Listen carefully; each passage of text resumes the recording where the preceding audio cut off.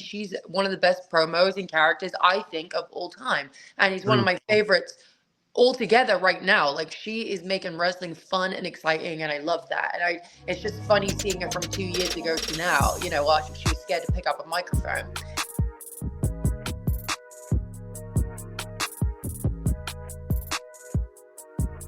What is going on, you guys? Welcome into the Takedown on SI YouTube channel. Rick Ucchino here with a very special guest today, former AEW Women's Champion, three-time Women's Champion in WWE, and now the author of Hell in Boots, available for pre-order right now on the shelves, Tuesday, March 25th. Saraya, welcome into the channel. Thank you so much for your time. How are you?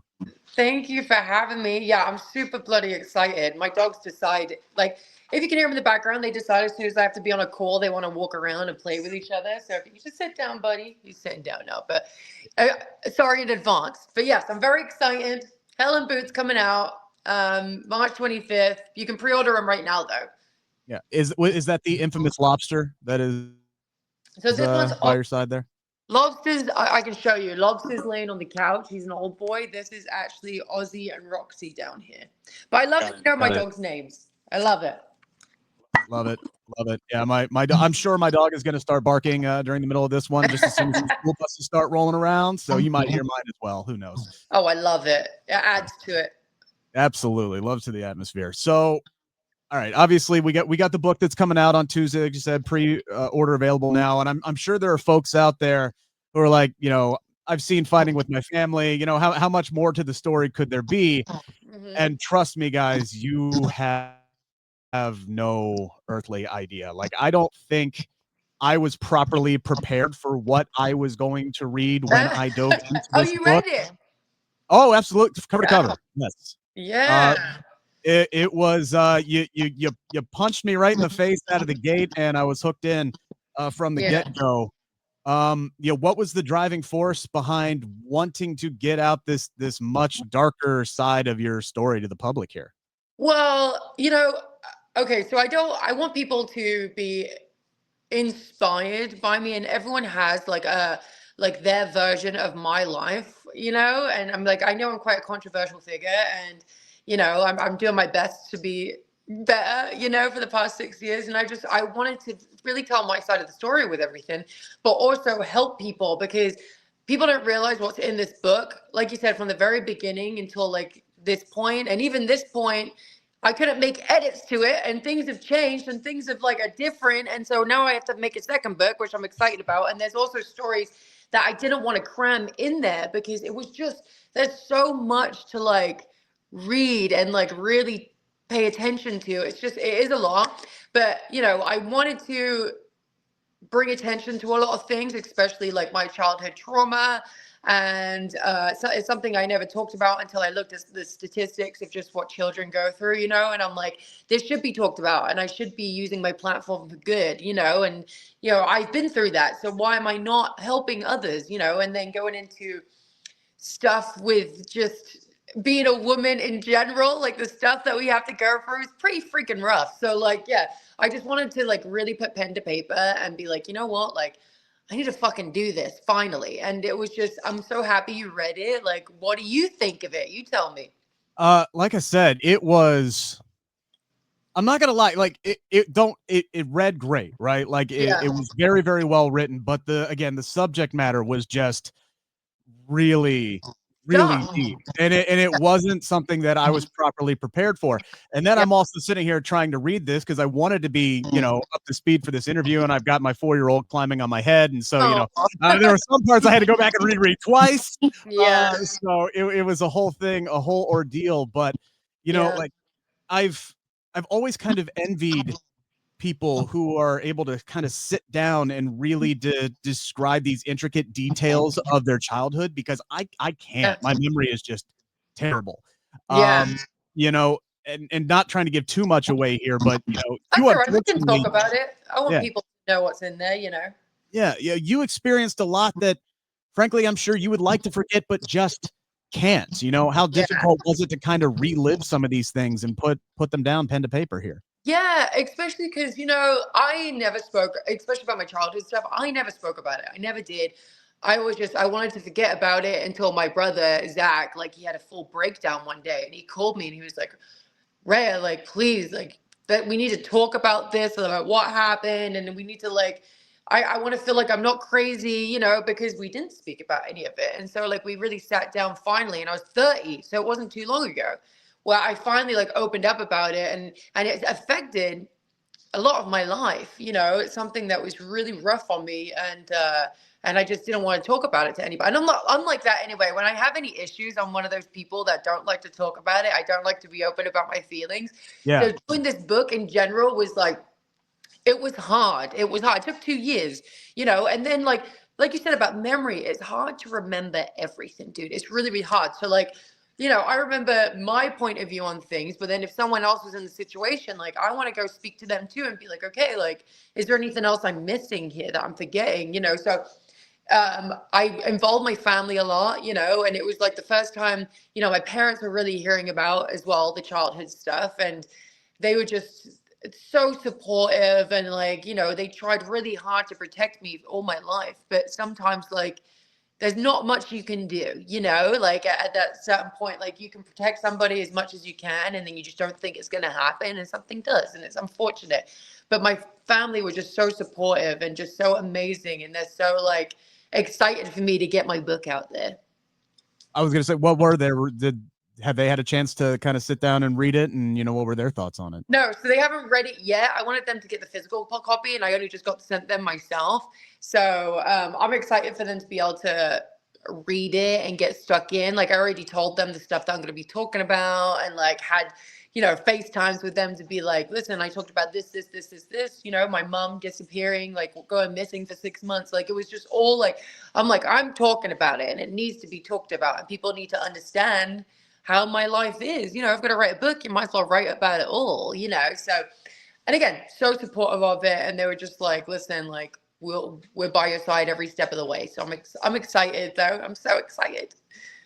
There's man, like I said, there's a lot in this book, and you kind of alluded to this part of it already, because over the last several years of my life, I have been routinely shocked to discover just how perverted and sick apparently the average man is.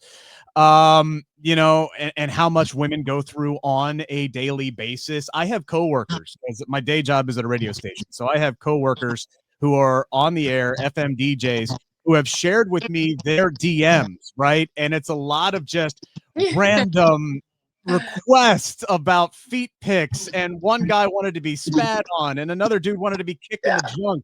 And it's like, you've got some crazy stuff you've outlined in the book. I can only imagine that there's more you didn't include. Otherwise, this thing would have been 750 pages long. Yeah, exactly. That's why I wanted to get split up into 2 books, because there is a lot, and there is a lot for people to like freaking read in there, dude. It's a ton, and even this book, I feel like maybe there's too much I'm being like talking about. But I was just, but you know, people need to know. People need to know what not just women but men go through, like kids go through, like what people go through. And I'm like, and again, I'm not one to talk about it, but I was like, if I'm gonna do it, I might as well put it in a book and let people like fully understand from my voice, like what's been going on. So yeah, it's been intense. Let me tell you, my gosh. Yeah, I mean, you had a post that you put out this morning on your X account, just promoting an event. You're going to be in my backyard at the Sharonville Convention Center this weekend in Cincinnati, and it was just a simple post promoting this Horror Hounds event. And I'm looking at the comment section, always a bad idea, but there's just some of the most crass, outlandish garbage sitting. Like, I feel like this has only gotten worse with social media, where people can hide behind aliases and avatar profile pictures. No, you're absolutely right, because, you know, I say that my requested DMs is the dark web.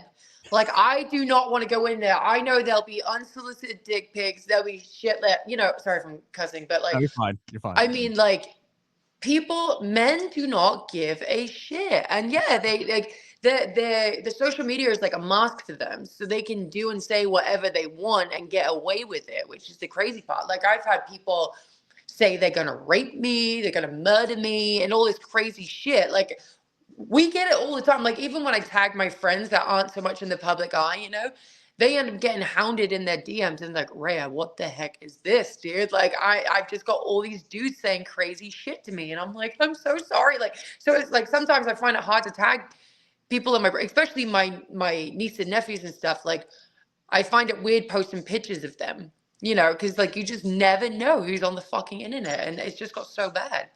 Yeah. Toxic fandom is another theme of this book, and it's another real prevalent problem still today in professional wrestling. We've seen, you know, Rhea Ripley and Asuka dealing with it recently. And I know as a celebrity, you know, you kind of sign away certain aspects of your life to the public. It's just part of it. It comes with a But yeah, there's like, a line. there is definitely a line. Like, are you constantly having to be on guard, and how exhausting is that? Yeah, so what I do when it comes to like my house and stuff, because I've had so many fans come to my house. I've had a guy that had no shoes on and ripped shirt that was trying to get in my house. I've had people send stuff to me, like people have camped outside my house before. So now I have to like put everything under a different name. There's no way I can have my name on my house. There's no way. So like that's like the privacy part. And like if I'm in my house, it would be like somewhere where you can't really tell where I am, you know? So it gets really worrisome, really, because I mean I tell stories about crazy things that have happened to me with fans, you know, and I'm not saying there's a lot like that. I mean, I have wonderful fans that are great and like freaking treat me with respect, you know, and I'm very grateful for my fan base because they're all great. But you do get the odd fucking weirdo that think that they know you so well that they can come into your house or be outside your fucking hotel room or like hunt me down in a hotel room. Like it's just it's crazy how far some of these fans will go, and I just don't understand the logic. I was like, I would never do something like that to somebody. Like, yes, we with the public eye, it comes with the territory. People are gonna love you, adore you, like want to be around you, but like there has to be some self-awareness and common sense here to know that if I'm at my house or if I'm in my hotel room, the last thing I want you to do is come inside it. You know what I mean? I don't want you to come in my house. I don't want you to come in my hotel room. Like, I don't want you to take pictures of me while I'm in the freaking bathroom. You know, like it's like Jesus. there's a line. There is a line. And I'm pretty good with fans. My dad would kick my ass if I wasn't good with fans, right? I'll give everybody the time of day. I would sign anything. Like whatever you need me to do, I will never be rude to somebody, but there is a line where if you break someone's privacy, that's an issue. It's an issue. And it doesn't matter if we're in the public eye or not. You do not come to somebody's house. You do not do that. You do not send letters to somebody's house. You do not hand deliver letters to somebody's house. You do not, you know, you don't find their phone number and text them. You know, it's like I've had so many different things happen, and you're like, you don't do that to people. Would you do that to a stranger in the street? Like, no, you wouldn't. You wouldn't be like hunt someone down and come to their house. You know, like you wouldn't do that. It's fucking weird. So yeah, there is a line, and luckily not a huge majority cross it, but when they do, it's scary. It's scary for us. Male or female wrestler, it's fucking weird and it's scary and it makes us uncomfortable. Yeah, I hopefully one day that kind of stuff dies down. I'll never forget like it like there I'll never forget. I was on a flight to where was I? I was on a flight. It was one of the WrestleManias. I was connecting to Dallas. So it was I had a connecting flight from San Antonio to Dallas, and Charlotte happened to be on the flight. And I noticed her, acknowledged her, and walked past like a normal freaking human being should, right? The second we get off the plane, she is hounded by a group of people at the airport just wanting her to sign everything. And I'm like, how did you even know she was on the flight? Yeah. Like, dude, I had that before where like not only did the person be at the airport, they were through security and they were waiting at my gate. And I'm like, are you getting on this flight? And he's like, no, I just wanted to come through and get your signature. So I was like, so you paid for a ticket to come to my gate? It's fucking weird. It's weird. Like, what? Like, how do you find us? Like, how do you do this? And I'm like, and I get it. Some people just really want to meet their idols or their heroes or whatever the case may be. But like, it does make you somewhat uncomfortable when you know our schedules and it's not public knowledge. It comes like, makes us feel uncomfy. Yeah. Man. I really do. I for what it's worth, I feel for you guys and everything that you have to put up We with. have a lot of great fans, though. I don't want them to be put in the same box. We have a little bit of weirdos. I would say like 90% of the fans are great, but the 10% that we get that are crazy, like, you know who you are. And do better. There's a lot of good stuff, obviously, in this book as well. You detailed your comeback from the 5-year absence from your neck injury, and you detailed the draw of coming to AEW in the book, and there were a lot of folks behind you trying to get you over into the AEW, and you finally put pen to paper on that, and 5 years away, even the most lofty expectations of that. What were your ultimate goals with coming back to All Elite Wrestling? What did you think you were capable of doing when you got back?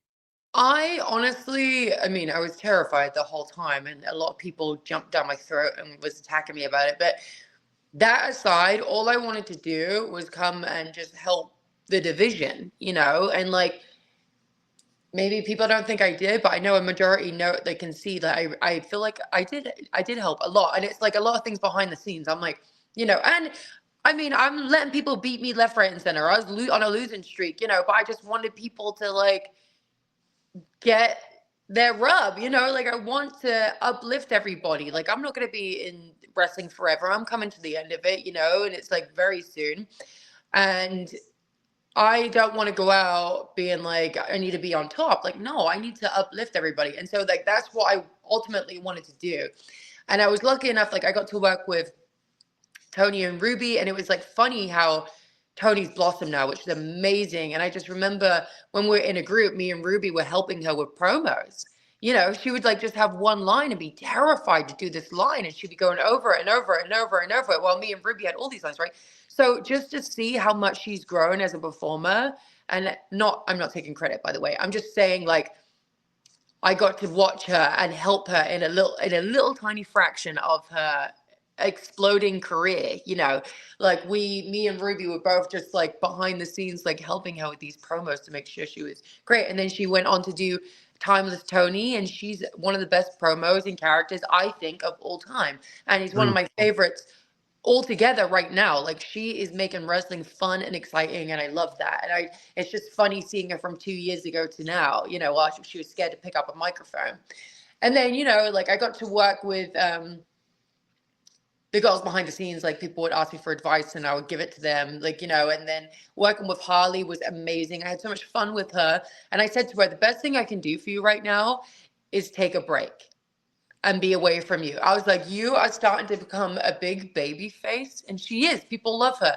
But I'm like, I need to take a break. And then maybe eventually I come back and we could go into a story where I'm just trying to hold you back again, and then you get your big pin on me. Like that's the idea that I wanted. I don't think we're doing that now, but I said the best thing I can do is take a step back from you, because you're about to flourish, dude, and you need to be on your own. You need to be doing things on your own. You need to be doing promos, rest. Like you need to get the reps in with the matches and stuff like that. With me, I'm potentially holding you back by being in a team with me because you're not showing your full potential, right? So yeah, and then I left, and like I cried for her. I cried when she did her entrance in Australia, in her hometown. I sobbed. I texted her and I was like, I'm so happy for you, because she's so talented and she deserves it. And it's crazy she's only been in the business for 2 years, because she is just flourishing. She's amazing. She's an anomaly, should I say, because she's a Jill of all trades, like she speaks Chinese and does ventriloquism and friggin', like has all these crazy talents, and I'm like, you need to be on your own, So yeah, like long story short, that was very long. But yeah, I wanted to come into AEW because I wanted to just help, and I wanted to help people grow, and I wanted to bow out putting over some girls, you know what I mean? Yeah, for sure. And like I 100% agree with you on Harley. She is she's making me look very smart, because I highlighted her as my breakout star of the year for Sports Illustrated this year, and I did an entire feature with her. Like I remember doing we were at an event. I drove up to Columbus to chat with her, and yeah, just did a 20-minute conversation about her entire life from one gig to the next, because I knew there was a great story in there. And I'm like, everybody can see that you have the talent for this. You just need an opportunity to be on television more. And she is crushing it right now. She's amazing. She could not be like, she's also so bloody humble and so sweet. She was just at my house the other day, actually, and she bought me like a little Oscar, like a mini Oscar, saying sweetest person ever. She got me, and she's just so thoughtful. Like, she'll bring like little gifts and little knickknacks to people, and like she's very humble, and she just wants to learn, and she wants to get better, and like she's like the perfect person to have around you. You know, she's just, there's no malice there, there's no competition. She uplifts everybody. She wants to succeed, but she wants others to succeed, and she's like just a genuinely good freaking person, which is nice. I agree. Now, I also agree with you on Timeless Toni. I think she is top of the game, women's wrestling, you know, across the board. You know, you talk about just a couple of years ago, her being timid around a microphone. Did you know that this character, this kind of work, this creativity lived inside of her at that time? Yeah, I mean, they were already planning it out, because you had RJ City, who was he's an amazing writer, right? And he like was the brainchild of this whole thing. But I keep saying to him, I keep saying to Toni though, it doesn't matter if like RJ is creating these stories and all that kind of stuff for you, that he could have gave that character to anybody and they wouldn't be able to do it the way you do it. Like she just, when she does it, she shines and she's comfortable and she loves it and she's enjoying herself. And I know she was capable of doing special things. I mean, when she did do like one-liners and stuff like that, I was like, you're killing it. Like you know, she really is great. And she takes whatever like she's given and she makes it better, dude. She just shines. And like just her remembering a lot of verbiage too. Like, it's a lot of verbiage to remember, and she friggin' nails it. It's because she enjoys it, though. Once you have a character and something that you're enjoying in wrestling, you want to put 100% of your mind, body, soul into it, and she's doing it. And I feel like, and she's so humble about it, you know, and I love that for her. She's just like, I hope I'm doing a good job. I'm like, babe, you are smashing it. Like, you are the best thing in wrestling right now. Like, you are the star of wrestling. And I'm like, I'm so happy for her. And she was just talking about like, you know, while we're in the outcast, like, yeah, like I'm thinking about doing like the old school, like, you know, the glamorous kind of like chick, you know, from back in the day. And I was just like, okay, like that could be really interesting. And I said to her, I was like, that could either go one way or the other. It could be really cheesy or it could be really great. And I think with her, she makes it really, really great. And like I said, no one can do that better than her. There's no one that can do it better than her. I know it. Yeah, and I love her commitment to it because she like fully 100% does not turn off. No, never. She's on red carpet. She's like, you know, backstage, and if she knows that there's fans or people around, she'll switch it on. Even if she's like not dressed the way she is, she'll be in like her rollers and like a sweatsuit and stuff like that. She's just so great, and I'm so happy for her. It couldn't have, the success couldn't have gone to like a better person, you know, than Toni Storm. There's one other person that I wanted to talk about that you highlighted a lot in the book, and that's AJ Lee. This is someone who honestly meant a lot to you in your career, even though you guys had pretty much an abbreviated run. It was about a year that you guys traveled together. You know, is it possible to imagine, is it possible to imagine where your career would be if they had kept you in NXT for another year and you didn't get to do that run with her? I have no idea. I really don't know where my career could have gone, but she definitely helped me big time when I first came up the road. It's very intimidating, and she let me travel with her, and she like kind of took me under her wing, and I called her my fairy godmother, and she got me like these Doc Martens with like the Union Jack on the toe for the first time I went to the UK and did a tour there. Like, she mothered me. She took care of me, and like I was so grateful for her. I don't know if I could have done the first year without her. Like, she was just incredible. Like, the day that I was debuting, she was incredible. We had did live events for a couple of, you know, weekends beforehand, you know, and we were wrestling on the live events, and she just freaking helped me big time. Like, I'm so grateful for her. And I love her. And like the short stint we had was extremely impactful for people. Obviously, you know, it was like the frenemies thing people absolutely loved. Like people talk about it still to this day, you know, and I feel like if we ever were to have like a reunion in wrestling, it would be really special. Man, there's a reason every year Royal Rumble time, like please let this be the year. Let this be the year. Yeah, I mean, sure, like people want to see her, but it's just ultimately is going to be her decision. And right now, she's like doing her comic book, like she's doing so good. She's a producer, or she was a producer on Glow. Like she's just doing great things. And like I would never push someone into wrestling if they're like in the breather, because I know how rough wrestling can be on your body. And maybe she's just like, hey, I like doing what I'm doing without having to hurt myself, you know. And Right. like, and in the book, I was talking about, you know, like leading up to her departure, she also had the neck injury. And like, and I tried to protect her as much as I could in that SummerSlam match because, you know, she was having a really rough time and we had to do this match. And I was like, okay, let's figure this out without taking a bump, you know. So we did it. We managed to do it with the help of Finley, you know, he was our producer. But it was like, it was, I just wouldn't want to push her to where she was like, you know, like that again, where she was in just a lot of pain and all that kind of stuff. And I'm hoping that she's fully healed. And I want it, selfishly, I wanted to have her back. I would love to. I'm a mark for her. I love her as a person, as a wrestler. Like she was a big inspiration for me. And we just had such a magical freaking time together and friendship. I just absolutely love. I could talk about AJ so much because I adore her. But yeah, hopefully one day she does make the big return because it will drive people wild. Yeah, I will selfishly fire up heel season 2 just to get a little taste of her shtick. Just be like, okay, it's a nice little appetizer. All right, I can go back. That's right. Imagine like me and her and who else can come back all in one Rumble. Like it's just it'd be fun.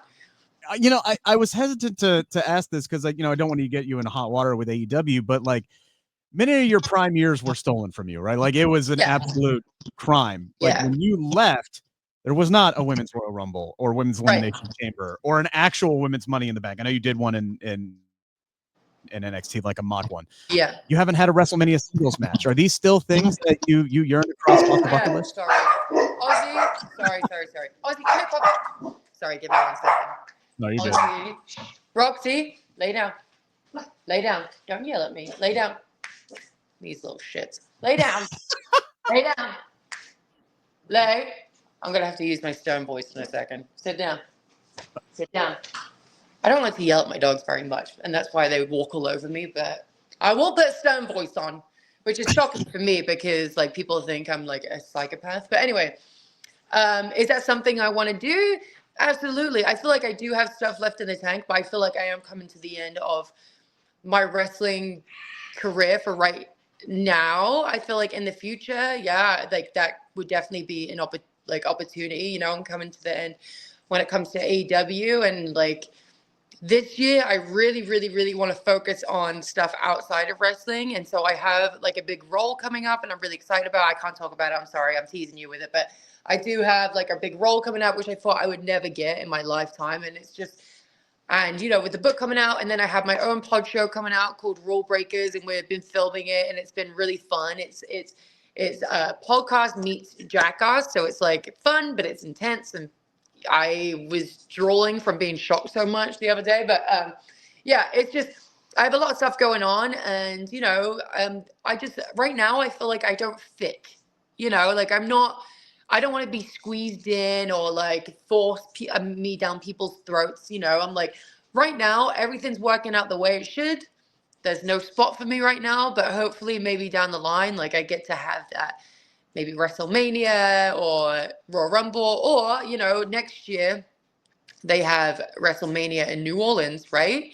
And that's where I debuted. That's where I retire. And then I was like, man, wouldn't that be cool if I get to come back that day too? It's just like that date holds a special place in my heart. And I don't think that would ever happen. But just thinking about it could be really magical. But it gives me a year right now to do everything outside of wrestling.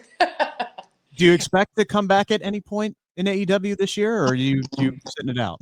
Right now, I think it's best that there's no room for me right now, and I'm okay with chilling until I'm needed, you know, and I'm happy with that. And Tony's been really great with me. He's been a good boss, and and I've never really taken time for myself before, and he's been really accommodating when it's been about my book and stuff like that, and not coming to work and like trying to make sure my book is out there getting the attention that it needs and stuff. So I've been very fortunate in that aspect. But when it comes to the wrestling side of things, I don't know. I don't know what the future holds, and I'm enjoying my time that I have left in AEW. And yeah, I don't know. I don't have an answer for you.